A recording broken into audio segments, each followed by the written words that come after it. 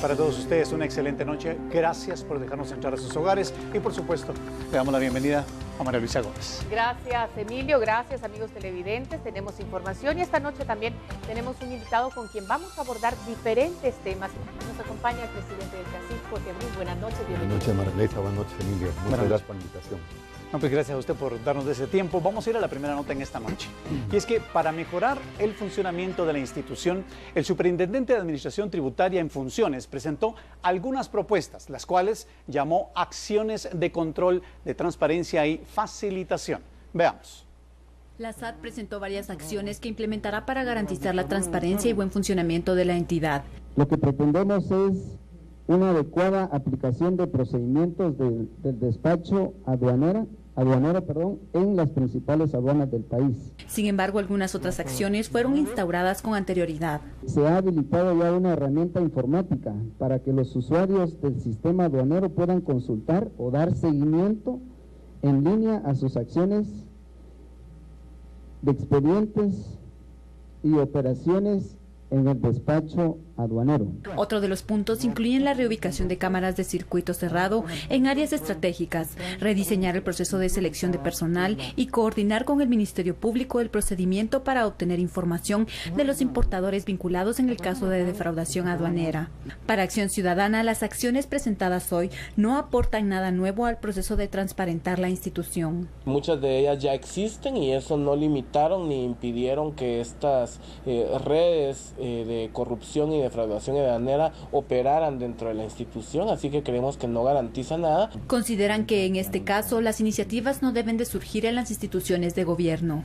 Ni siquiera de lo interno de la SAT, ya que la población ya no tiene ninguna confianza ni en el organismo ejecutivo ni en quienes dirigen la administración tributaria, así que tiene que esperarse para que surja una propuesta que venga de la sociedad. A pesar de que las acciones presentadas hoy han sido implementadas con anterioridad por la institución, el superintendente en funciones no mencionó en qué se diferencian con las presentadas hoy. Por unas elecciones en paz, Silvia María Corzo y Rafael Ovalle. Y bueno, no cabe duda, todo el mundo, Jorge, está esperando que haya un rescate de credibilidad en SAT. ¿Cuál es la posición de ustedes como CACIF con respecto a las medidas que se están empezando a tomar para venir y tratar de rescatar esa credibilidad, como le decía? Mire, son totalmente insuficientes. Hoy Guatemala, el clamor porque termine la corrupción, y no solamente en el tema de la SAT, en distintas esferas de gobierno, nos indican que hay que hacer cambios fundamentales y que efectivamente combatan esa corrupción que es un mal tremendo que tiene el país. En el tema de la SAT, venimos escuchando desde hace muchos años que en Guatemala hay contrabando, prácticas de comercio desleal, y las autoridades simple y sencillamente no hicieron nada. Tuvimos una reforma fiscal desastrosa en el año 2012 y resulta que las importaciones subieron en volumen de negocios y bajó la recaudación. Más indicativos de que algo andaba mal en aduanas, los avisos fueron dados. Desafortunadamente, las autoridades de gobierno no tuvieron la voluntad política de cambiar este estado de cosas. Hasta que viene la CICIG, profesionalmente demuestra la corrupción en aduanas. Y eso solo es una parte del problema, porque en donde quedan todos los esquemas de contrabando, contenedores que simple y sencillamente ingresan al país sin ninguna fiscalización. Entonces, el problema es mucho más de fondo que lo que ellos están diciendo. Yo recuerdo en el pasado, pusieron cámaras en las aduanas, en los puertos. Hoy no existe ninguna cámara. O sea, lo que vemos es que no hay voluntad de solucionar un problema que es simple, pero que efectivamente hay mafias operando que no permiten que las cosas se hagan bien. Sabemos que esto, como usted bien lo dice, son mafias, ¿no? O sea, son grupos de personas organizados. Y bueno, para tocar eso, el gobierno estará haciendo algo que, como bien lo dice usted, la posición de ustedes como CACIF no es suficiente. Pero ustedes como CACIF hace unos días salieron diciendo de las acciones que iban a tomar en contra de aquellos empresarios que no fueron víctimas, sino fueron beneficiados por este tipo de trances que se hacen en este tipo de entidad. ¿Qué más acciones pueden tomar ustedes como para poder coadyuvar a que esto se salga? Es importante que la CICIG efectivamente capture a todos aquellos empresarios que han infringido la ley. Eso es fundamental, porque así como hay funcionarios que cometieron hechos delictivos, también está la otra parte de rompecabezas que son los empresarios. Y esos empresarios tienen que ser perseguidos y capturados inmediatamente. Definitivamente Guatemala no puede continuar en este mismo estado de cosas. Es muy complejo. Veamos Guatemala con los problemas que tenemos en salud, seguridad, educación, pobreza, miseria. No es posible que cuantiosos recursos se estén desviando por los temas de corrupción. ¿Apoyarían ustedes, en caso de que esto sucediera, a las autoridades, aunque fueran empresas vinculadas a CACIF? Definitivamente el mensaje tiene que ser muy claro para todos. Todo aquel que infrinja las leyes del país debe ser perseguido, castigado, capturado y condenado por los tribunales de justicia de Guatemala, sin importar de dónde vengan. Hace algunos meses usted se reunió precisamente hablando de esa reestructuración de la superintendencia y se tomaron en cuenta, supongo, algunas propuestas. ¿Cuáles cree usted que pueden ser puntualmente las propuestas que podrían realmente ayudar a un mejor control, a una mejor recaudación, a un saneamiento de esa institución? Bueno, primero, las normas fiscales de Guatemala no responden a nuestra realidad económica y social. Son normas sumamente complicadas. El resultado de eso es una economía informal más o menos del 65-70%. Las normas, lejos de ser incluyentes, expulsan. No, son muy difíciles de cumplir, onerosas, costosas, difíciles de fiscalizar y discrecionales. Eso da lugar a la corrupción. Guatemala tiene que hacer un esfuerzo importante de simplificación de las normas tributarias y eso pasa por todos los impuestos.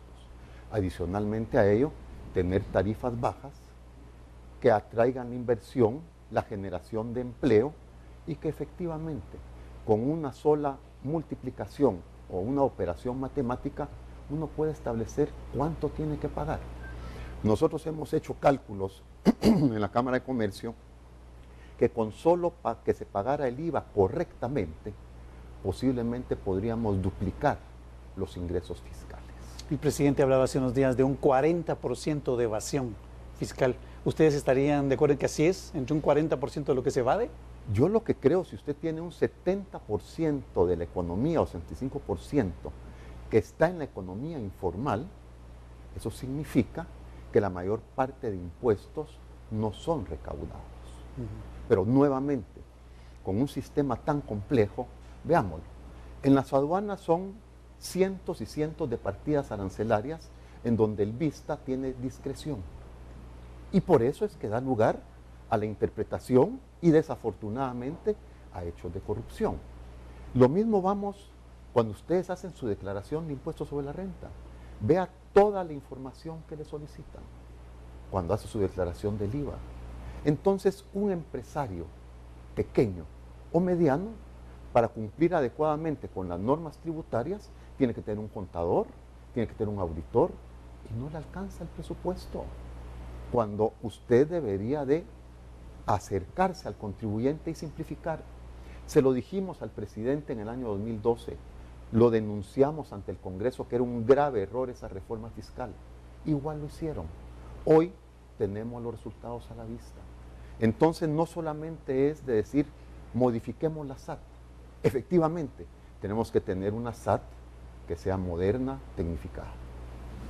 Bueno, vamos a hacer una pausa comercial, vamos a regresar y vamos, como usted sabe, a ver noticias, a verlas con nuestro invitado y comentarlas, pero sobre todo lo que queremos es que usted esté informado, así es que quédese con nosotros.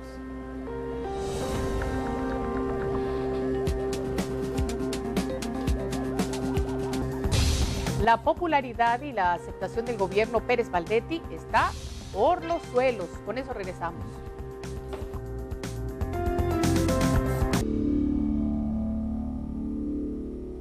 Gracias por continuar con nosotros. Vamos a hablar ahora de la guatemalteca acusada de dirigir una organización de narcotráfico y lavado de dinero con operaciones en América Central y Sudamérica. Ella fue sentenciada hoy en una corte federal de Miami bajo un estricto hermetismo. Hablamos de Marjorie Dadiana Chacón Rosell, la reina del sur. Hubo sentencia, manifestó la abogada defensora Bonnie Clapper al término de la audiencia de poco más de 1 hora de duración. No puedo comentar, todo está sellado, el proceso, la condena, todo por 5 años, explicó. Chacón, que desde enero del 2012 figura en la lista de narcotraficantes de la Oficina para el Control de Bienes en el Extranjero, apareció en la sala vestida con traje de camisola y pantalón de color beige, con su cabello castaño largo suelto. Estaba esposada y llevaba grilletes en sus tobillos, y al llegar tenía aspecto relajado y una amplia sonrisa en sus labios. Este es un caso extraordinario. Esto es peligroso, afirmó la abogada. Chacón, quien permanece detenida en una prisión federal del centro de Miami, selló en diciembre del 2014 un acuerdo con la Fiscalía, por el que se declaró culpable de la única acusación que enfrentaba y se comprometió a colaborar con las autoridades ofreciéndoles información. Por una Guatemala en paz, Alejandra Martínez.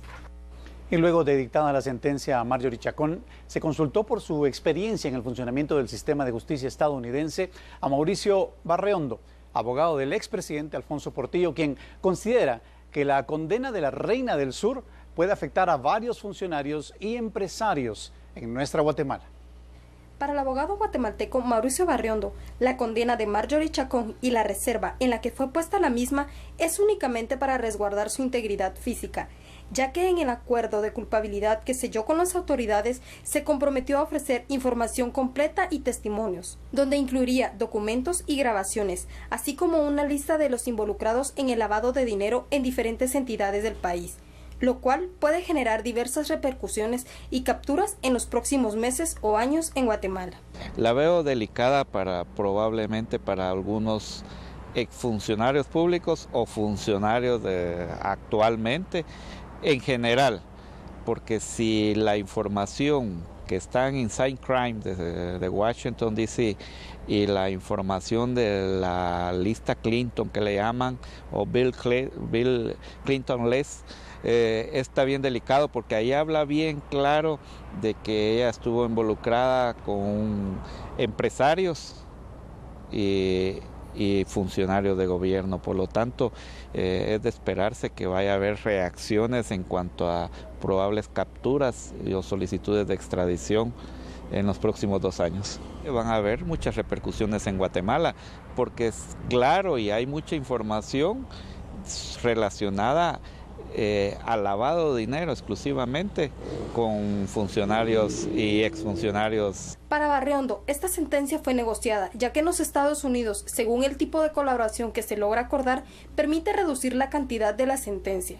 A ella se le estaba pidiendo inicialmente cadena perpetua por parte de la Fiscalía. Se llegó a negociar 35 años, por lo tanto de 35 llegaron a pedir 13 años. Esos 13 años que pidió la Fiscalía es negociado, porque ella se declaró culpable y por la tabla de puntos que existe en Estados Unidos en el sistema de justicia, lo que procedieron fue a conforme ella iba colaborando en la investigación, así iban rebajándole el tiempo en meses. El abogado considera que la Reina del Sur inclusive pudo quedar en libertad tras conocer la sentencia o en los próximos días, por la manera en la que se llevó la condena y el hecho de que se selló el proceso por 5 años. Son indicios que llevan al abogado a llegar a estas conclusiones. Si dentro de 3 meses no se encuentra en el sistema penitenciario a la señora Marjorie Chacón, es porque ella ya salió libre. Entonces, imagínense, si ella sale libre después de solamente 8 meses, 9 de prisión, significa que la colaboración fue extremadamente grande. Mauricio Barreondo fue el abogado del expresidente Alfonso Portillo en Estados Unidos, y es por ello que él considera que las negociaciones que se pueden hacer con la justicia de ese país pueden reducir considerablemente una sentencia. Por unas elecciones en paz, para Noticiero Guatevisión, Andrea Domínguez y Diego de Diego Marcos. Bueno, en este momento queremos aprovechar la experiencia de nuestro invitado como exministro de Relaciones Exteriores sobre este tema y preguntarle información que esperaban en Guatemala, que se iba a soltar el día de hoy y que iba a ser un huracán y un tsunami, está sellada por 5 años. ¿Cómo lee usted todo esto? Bueno, primero queda claro el daño que el narcotráfico le hace al país. Y por otro lado, está claro que aquí hay una investigación que continúa y lo que ellos sellan las pruebas y demás, que seguramente tienen acceso los fiscales, para que efectivamente puedan perseguir a otras personas involucradas con esta red de narcotráfico y lavado de dinero. ¿Podría afectar, le parece usted, en el corto plazo? Yo creería que sí. Yo creería que en el transcurso de estos años, 1, 2, 3 años, seguramente Estados Unidos estará reaccionando y girando procesos de extradición en Guatemala para perseguir a personas que han estado metidas en esta red de narcotráfico. Lo que ha habido ahorita nuestra sociedad, nuestra comunidad en sí, guatemaltecos, hemos sido golpeados por todo lo que ha salido a luz. ¿Cómo cree usted que va a repercutir si llegase a esferas también altas, no solo a nivel de servicio público, de servidores públicos, sino también de empresarios, que se llegara a tirar una bomba como la relación con lo que es la Reina del Sur dentro de pocos días, como lo decía el abogado? O sea, esto se tapa por 5 años, pero las pesquisas, inclusive las extradiciones, pueden seguir funcionando, ¿no? Así es. Entonces, nuevamente, los guatemaltecos tenemos que comprender que estamos enfrentando un serio problema de corrupción. Y es claro y es evidente que el tema de narcotráfico está relacionado. Y va seguramente a alcanzar a funcionarios y a empresarios, entre comillas, que han estado metidos en la comisión de hechos delictivos. Esperamos que esto pues no repercute en otras cosas, ¿no? Y vamos a hablar de eso y de muchísimo más, por supuesto, cuando regresemos. Y de esta situación que vive nuestra Guatemala, la postura del sector privado, por supuesto, es algo de lo que tenemos que conversar con usted. Volvemos.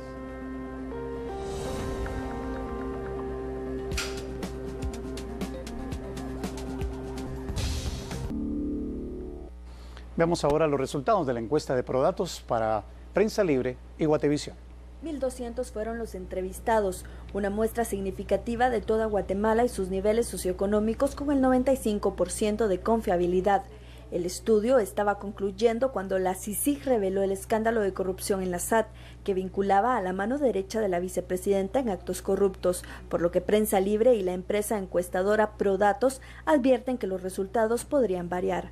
Antes de que estallara la actual crisis política, dice Prensa Libre, solo el 11% de los guatemaltecos le creía al presidente y el 14% a la vicepresidenta en 141 lugares de todo el país, donde respondieron la pregunta, ¿cree todo o la mayor parte de lo que dice el presidente?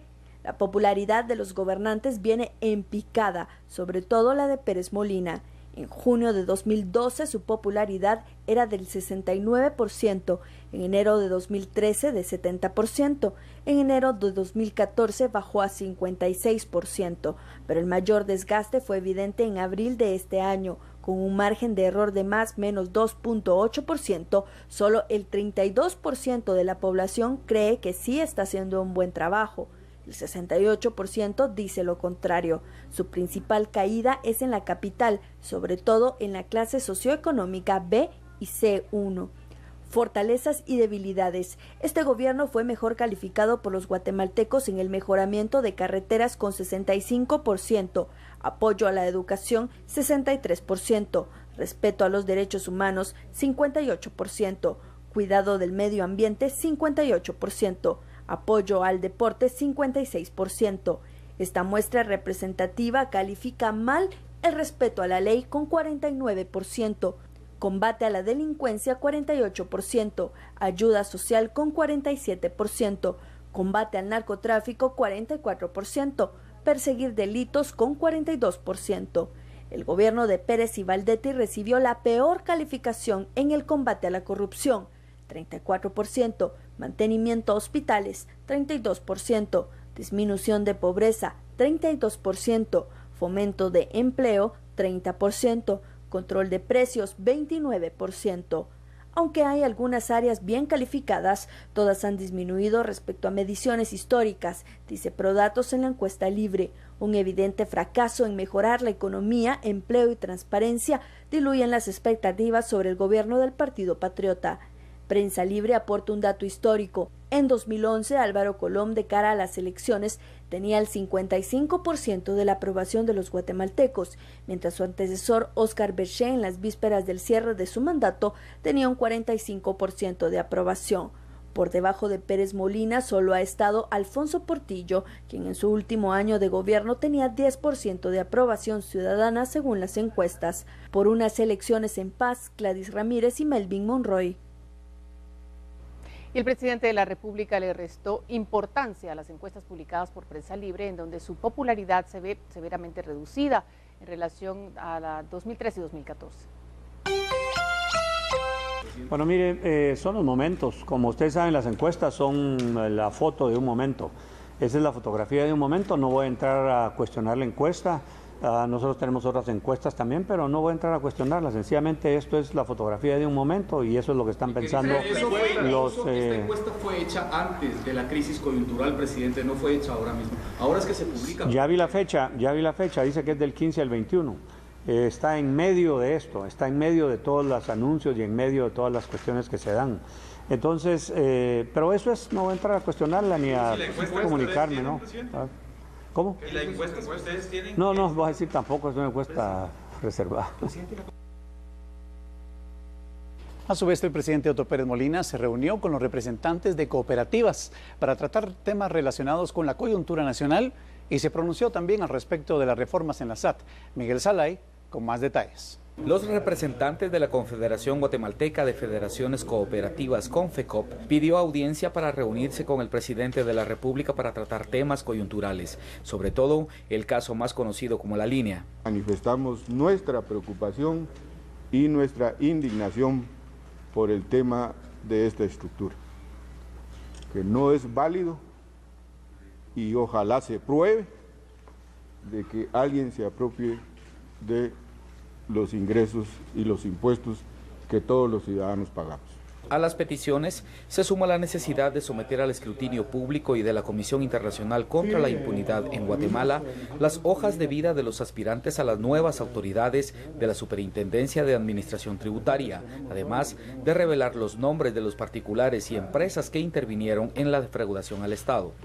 Es decir, aquí estaban unos que estaban recibiendo y cobrando, pero había alguien que estaba pagando para que se hicieran esas cosas y para que la evasión se pudiera dar en la forma como está señalada. Así que eso será trabajo del Ministerio Público y también de la CICIG para poder presentar los nombres de, en todo caso, los que estaban haciendo esos pagos. Esperamos que sea lo más pronto posible para que el caso pueda seguir avanzando. El presidente también se refirió a que espera un estudio del Instituto Centroamericano de Estudios Fiscales y CEFI para poder presentarlo al Congreso y evaluar los cambios que hay que hacer a la ley o cambiarla por completo. Por unas elecciones en paz, Miguel Salay y Ronnie Herrera. Y en más noticias, los manifestantes encadenados frente al Palacio Nacional están convocando el sábado a formar una cadena que rodee el Palacio para que se investigue la corrupción y sean procesados los responsables. La luz de estas velas no oscurece el clamor popular. Han permanecido encendidas 5 días y 4 noches desde que este grupo de ciudadanos decidió encadenarse por la libertad, cansados de la impunidad y la corrupción. Son 5 días, estamos cansados, estamos fatigados, físicamente muy desgastados, pero moralmente con la fuerza hasta arriba. El pueblo nos ha dado un mensaje contundente, dirían por ahí. El apoyo se puede ver, nuestra carpa que era para dormir se volvió bodeguita de comida porque la gente nos ha traído mucho, se los agradecemos. Temprano, como todos los días, un paramédico evaluó a los manifestantes tras pernotar su 4ª noche, los síntomas: deshidratación. Entonces la presión está baja, normal, ¿verdad? Entonces, pues eso hay que tratar de mantenerse y mantener los líquidos. Puede ser que baje más, por eso está recomendado que tomen mucho líquido, ¿verdad? Expuestos al frío, al calor y a la mala ingesta de alimentos, este grupo de ciudadanos se unieron con un mismo sentir. Desde la red social de Facebook, en Guatemala basta ya, creen que el mensaje a las autoridades aún no ha llegado claro y contundente. Estamos invitando al señor presidente a desayunar con nosotros. Acá le podemos explicar el mensaje y podemos incluso prestarle una de las cadenas porque él ha dicho que está indignado por la corrupción. Esta es una actividad en rechazo a la corrupción. Venga, señor presidente. Los encadenados en las puertas del palacio pretenden que la cadena sea humana y convocan a los ciudadanos a formar una, entrelazando sus brazos alrededor del palacio este sábado. Nosotros queremos que el pueblo nos acompañe y que esté con nosotros. Vamos a encadenar todo el palacio, pero lo vamos a encadenar con personas. Queremos hacer la cadena más grande que podamos de personas rodeando simbólicamente el Palacio Nacional, y después, como comentaba Bernardo, queremos hacer una vigilia. Queremos que el pueblo nos traiga velas blancas, queremos extender una oración. Por unas elecciones en paz, Carolina Leverón y Noé Medina. Y bueno, las manifestaciones públicas. En los últimos días hemos tenido el privilegio como Guatevisión de acompañar en una transmisión, por ejemplo, hace ya unos días, acerca de lo que la gente estaba pues manifestando públicamente, esa oposición a todo eso dañino, ¿verdad? Ese robo irrespetuoso que se está haciendo al erario nacional. Pero se ha visto de todos los estratos sociales en esta pues convocatoria, en una de ellas, no en esta que estábamos viendo hace unos segundos, pero a ustedes como CACIF, ¿cuál es su opinión? Porque sí hemos visto el que ustedes se ponen de frente y dicen no a los tapones en carreteras porque dañan la economía, pero por ejemplo esta convocatoria que hubo en la Plaza Central, ¿habrá en algún momento un contingente de las empresas de CACIF manifestando su oposición? Porque no cabe duda, usted ha dicho que están opuestos. ¿Podremos ver eso de alguna manera, Jorge? Bueno, realmente, Emilio, esta manifestación en la Plaza de la Constitución es una manifestación que fortalece la democracia, pacífica, sin perjudicar los derechos constitucionales de los demás, respetuosa, que efectivamente nos debemos de sentir orgullosos. Y es seguro que muchos empresarios también estuvieron en esa manifestación. Ahora sí hay que llamar la atención de lo siguiente. Creo que el señor presidente de la República debe tomar nota de la foto que hoy tiene enfrente. Además de la encuesta, las manifestaciones, las múltiples denuncias de corrupción. Es un llamado muy serio a la presidencia de la República que tiene que tomar acciones en contra de los corruptos. Nosotros le hemos solicitado al señor presidente de la República que presente su estado patrimonial, al igual que sus colaboradores. Guatemala hoy exige transparencia y exige que el señor presidente de la República entienda y comprenda los problemas que está enfrentando el país. Estas manifestaciones pacíficas son el reflejo de las personas que vivimos en Guatemala, que queremos resultados de una acción gubernamental. Cientos de denuncias hemos visto en estos 3 años y medio de gobierno. Mi pregunta es, ¿han perseguido a alguno de los que se han denunciado? Proyectos que están valorados, que valen 5 millones, los ponen en 50. Veamos esa burla del lago de Amatitlán. A ver, cuéntenme. Las cámaras que valen 10 veces más de su valor. El tema de los equipos para migración que valen 100 veces más. Entonces, hay algo que no está bien. El presidente sí debe de tomar nota, está obligado, de verdad, porque para eso fue electo, a tomar resoluciones, a establecer e iniciar investigaciones internas, porque los organismos del Estado, los ministerios, cuando se cotiza, tienen también instrumentos de control. Nosotros le hemos solicitado al presidente que internamente resuelva y persiga a los que se han denunciado por hechos de corrupción y los ponga a disposición de los tribunales. Mi pregunta se la voy a reformular. Si es que hubo algunos empresarios ahí, pues no lo sabemos.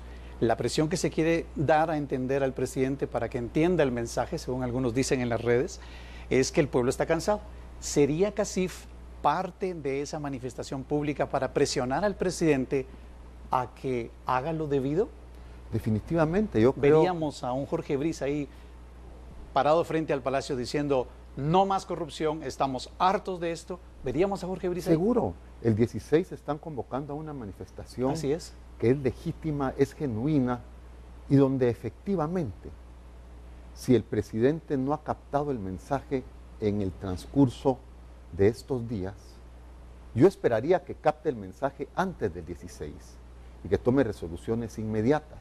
Eso sería oportuno. ¿Cuáles podrían ser esas resoluciones? Porque lo que pide la población, y es lo que vemos todo el tiempo, es la renuncia del binomio presidencial ¿Apoyarían ustedes algo así? ¿Lo ven viable? ¿Lo ven como algo positivo para el país? Porque estamos claros que lo que han pedido ustedes es una transparencia, una declaración patrimonial de funcionarios, que también lleva un proceso además para realizar esto. Pero en el tema de la renuncia, ¿estarían ustedes...? Vamos a ver. Uno, el presidente debería dar muestras claras al presentar, que eso no requiere mayor trámite, eso lo podrían hacer de un día para otro, sus estados patrimoniales. Eso es importante. Dos, la voluntad de perseguir e investigar todas las denuncias que se han hecho en el organismo ejecutivo y todas sus dependencias. Y tres, si no vemos resultados y un accionar claro del presidente en querer corregir el rumbo, ciertamente solicitar la renuncia de la vicepresidencia, por ejemplo, es muy dable en estos momentos. Una pregunta que tiene mucho que ver con el desarrollo económico de nuestro país. Todo lo que está sucediendo en Guatemala para unos es esperanzador, porque quiere decir que ya se están destapando cosas que sabemos que han sucedido por muchos años, que no son de ahora. Para otros no. ¿Afecta a Guatemala en lo económico, la inversión extranjera, nuestra imagen a nivel internacional? Un inversionista ve con claridad cuando invierte en un país que efectivamente se tenga un buen gobierno, transparente, eficiente, que no esté involucrado en hechos de corrupción. Y hoy Guatemala no es un buen país para invertir por lo que estamos viendo, porque si las autoridades son corruptas, el inversionista se expone a que se cometan arbitrariedades. El inversionista se expone a que exista competencia desleal. El inversionista se expone a que no haya certeza jurídica. Bueno, Jorge, para terminar, una última pregunta. Mucho se ha hablado de la relación suya, aunque no sé, sería bueno hoy aclarar delante de las cámaras, con el partido político, con el MR. ¿Sí? ¿Cuál ha sido la trayectoria suya? ¿Cuál ha sido la relación con ese partido? ¿Hay alguna todavía? ¿Va para largo? Y después yo le hago una segunda pregunta con respecto a eso. Bueno, en el año 2000, con un grupo de amigos, fundamos el MR. Es de los fundadores entonces. Así es. Y la idea era acudir a una elección como candidato presidencial. En aquel tiempo resolvimos apoyar a Óscar Brechet y es donde se funda la Gran Alianza. Posteriormente ocupo el Ministerio de Relaciones Exteriores y me retiro de la política. Actualmente los dirigentes del MR hace algún tiempo resolvieron apoyar a alguien más y yo quedé fuera totalmente del O sea, ya no hay relación alguna. ¿Sabe usted de algo sobre Sinibaldi? Porque mucho se dice, hoy de hecho un diputado presenta su renuncia y dice, me voy del PP porque voy para el MR y voy siguiendo a Sinibaldi. Pues, ¿sabe algo de eso que nos puede adelantar? Nada más lo que veía hoy en las calles, vallas por todos lados del MR. Con la misma tipografía, ¿no? Me dio mucho gusto porque me dio mucho gusto ver el símbolo, que nos costó mucho idearlo, la balanza, lo que ¿Apoyaría usted a Sinibaldi con el partido MR? No, ciertamente yo creo que hoy tenemos que meditar nuestro voto. ¿Sería un error del partido apoyar a Sinibaldi y lanzarlo? No, yo ahí ya no me meto porque no, de verdad ya no tengo ninguna injerencia y mal haría en opinar sobre asuntos internos de este partido en el cual ya me encuentro totalmente retirado. Ahora bien, en lo que respecta al voto, sí tenemos que ser conscientes y tenemos, en ese lado hemos solicitado a los candidatos a la presidencia, a la vicepresidencia, a las alcaldías y diputaciones que nos presenten sus estados patrimoniales con toda claridad. Queremos saber a quién tenemos enfrente y que le demos la oportunidad al votante que pueda conocer a su candidato, de dónde sale la plata de las campañas, cuál es su patrimonio, cuáles son sus compromisos. Pues bueno. Con ese mensaje vamos a concluir. El tiempo siempre nos apremia, pero agradecemos a nuestro invitado esta noche, por supuesto, y a todos ustedes. Nosotros vamos a continuar con más noticias, así es que quédese en nuestra señal.